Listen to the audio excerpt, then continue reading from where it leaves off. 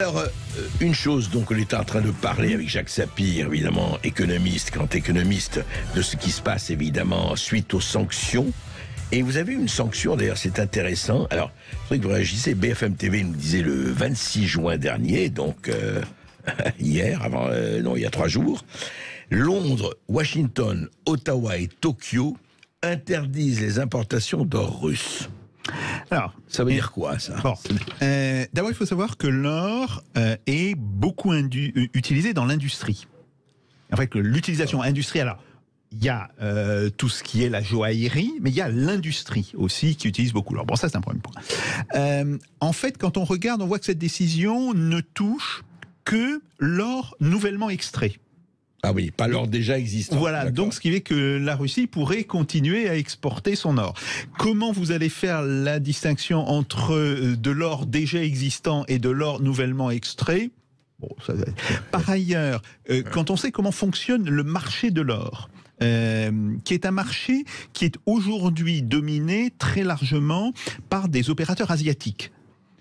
Singapour, la Chine, bon, etc. Oui, qui a acheté énormément d'or voilà. aussi, en fait. Et que ces opérateurs n'ont aucune envie et aucunement l'intention de collaborer avec les pays qui ont décidé cette mesure, on peut penser qu'on est purement dans la gesticulation politique.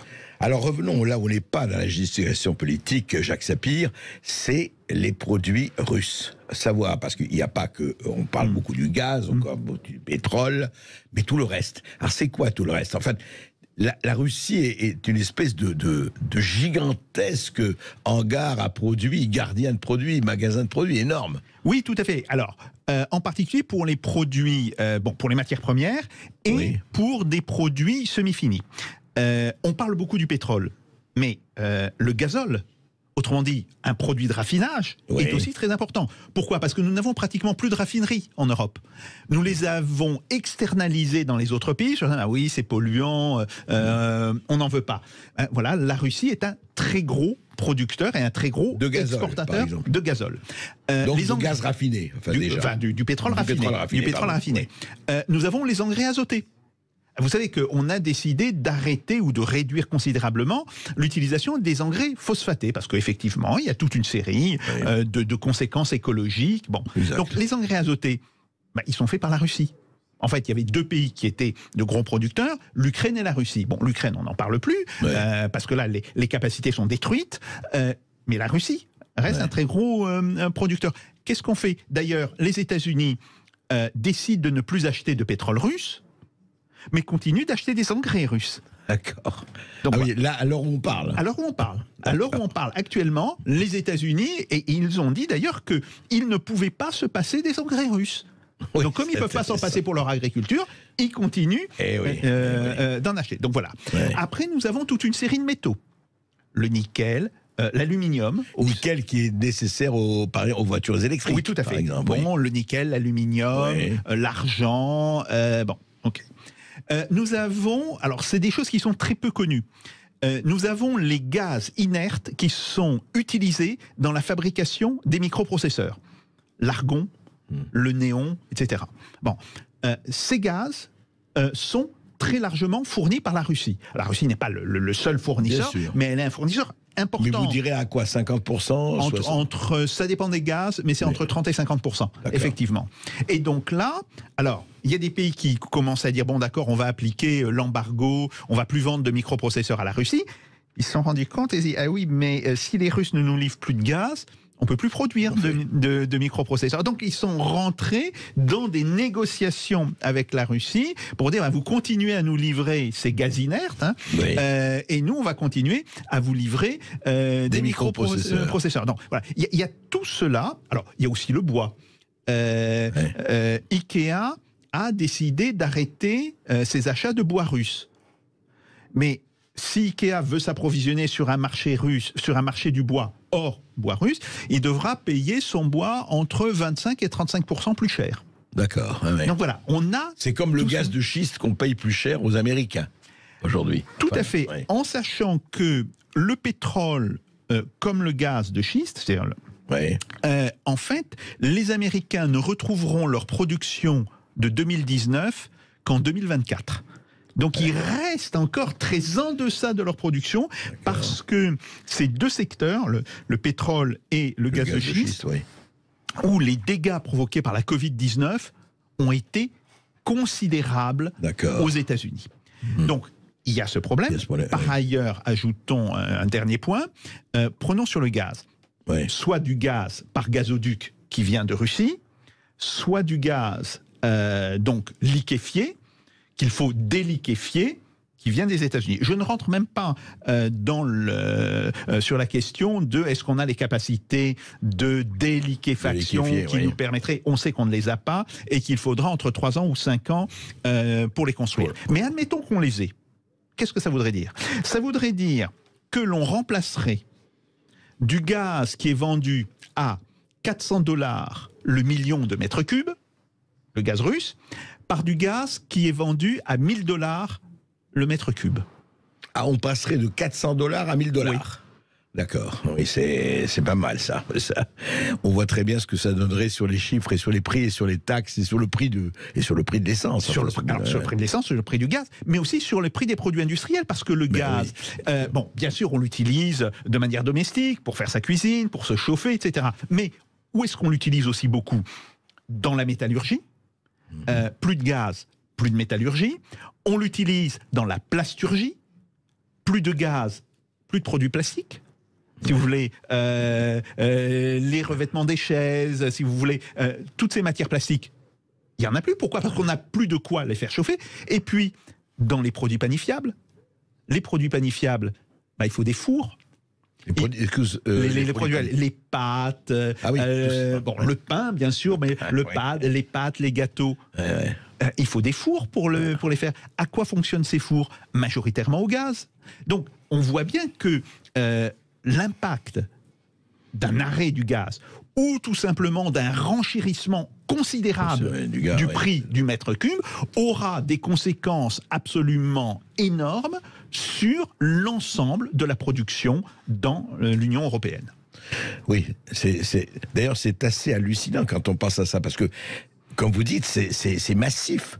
Oui. C'est-à-dire que c'est pratiquement dans tous les domaines de l'industrie. C'est dans tous les domaines. C'est dans tous les domaines. Et de ce point de vue, sans faire une mesure, une moyenne, vous direz que dans ces domaines-là, on peut dire qu'aujourd'hui, la Russie représente 50% de la production, à peu près. Alors ça dépend. Il faut surtout regarder quelle est la part de la Russie dans les importations de certains pays ou de certains groupes de pays. On sait que dans l'Union européenne, le gaz russe était extrêmement important. Bon, là, les Européens, pour certains, ne veulent plus acheter du gaz russe. Pour d'autres, ils voudraient l'acheter, mais ils voudraient l'acheter à leurs conditions. Les Russes disent non, c'est le vendeur qui détermine les conditions. C'est pas l'acheteur. Bien. Bon. Donc, qu'est-ce qui va se passer? On aura un effondrement des ventes de gaz russe. Alors, la capacité de vente, elle était en 2019 de 227 milliards de mètres cubes par an. Pour l'Europe. 227 milliards de mètres cubes, d'accord. En 2021, nous avons consommé 167 milliards de mètres cubes, parce que notre économie n'était pas encore au niveau de 2019. Elle n'avait pas encore retrouvé son niveau de 2019. Aujourd'hui, si on est dans les limites du périmètre actuel, c'est-à-dire s'il n'y a pas de nouvelles sanctions, et si les Européens acceptent les conditions des Russes, nous importerons 88 milliards de mètres cubes, autrement dit, grosso modo, la moitié de ce qu'on importait l'année dernière. Voilà.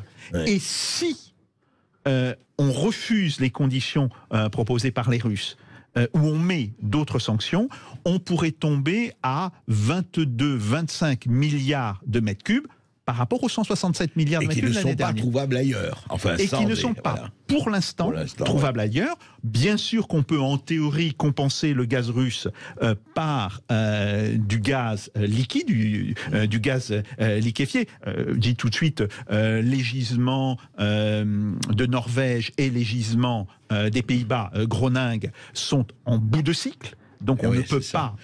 et n'oublions pas que depuis 2011, interdiction absolue même d'explorer en France le gaz de schiste, ni même pas de l'extraire. Tout à fait. Tout à fait. Et là, on voit très bien que les capacités de regazéification du gaz, eh bien, elles ne sont pas du tout suffisantes pour nous permettre de compenser par ce gaz l'arrêt du gaz russe. Une dernière question avant d'interroger nos auditeurs, Jacques Sapir. Quid du fait que l'Inde a sextuplé ou découplé ses importations de gaz russe, on le sait. Pétrole. De pétrole. De pétrole. Gaz de pétrole. Effectivement. De pétrole. Et que, en fait, alors ce n'est peut-être pas encore le cas, mais qu'il est question très très fortement que le pétrole que l'Inde raffine, le pétrole, et nous le revendons nous avec bénéfice. Tout à fait. Des accords ont été signés entre les compagnies pétrolières russes et plusieurs compagnies indiennes, alors que ce soit des compagnies d'État ou que ce soit des compagnies privées. La Russie s'engage à livrer du pétrole autour de $75 le baril. Je rappelle que le cours actuel est à entre 112 et 116 $ le baril. Ah oui, prix cassé pour les Indiens. Il faut des prix cassés. Mais que c'est 75 $ le baril, c'est quand même intéressant parce que le coût d'avant la guerre en Ukraine, il était de 63 ou 64 $ le baril. Bien. Donc, ça va être un gain évident pour l'industrie du raffinage indienne. Et évidemment, si les Indiens nous revendent du gazole qu'ils auront raffiné, ils nous le revendront aux prix mondiaux, qui sont extrêmement élevés. Donc, résultat des courses, nous allons enrichir l'industrie indienne, nous allons permettre à l'industrie pétrolière russe de continuer à travailler dans de bonnes conditions. Je rappelle quand même qu'il y a un an, le prix du pétrole, c'était de 40 $ le baril. Exact. Donc on voit bien que s'ils vendent à 75 $ le baril, c'est pas mal. Ils font quand même une belle affaire. Et nous serons appauvris. Intéressant, mais c'est normal. Nous avons des Mozart de la finance à notre tête. Et les bénéfices des ventes de Rafale à l'Inde seront d'ailleurs peut-être déjà partis en fumée. Si vous n'êtes pas tombé de votre chaise en écoutant les explications de Jacques Sapir, vous nous appelez au 0826 300 300. Sud Radio.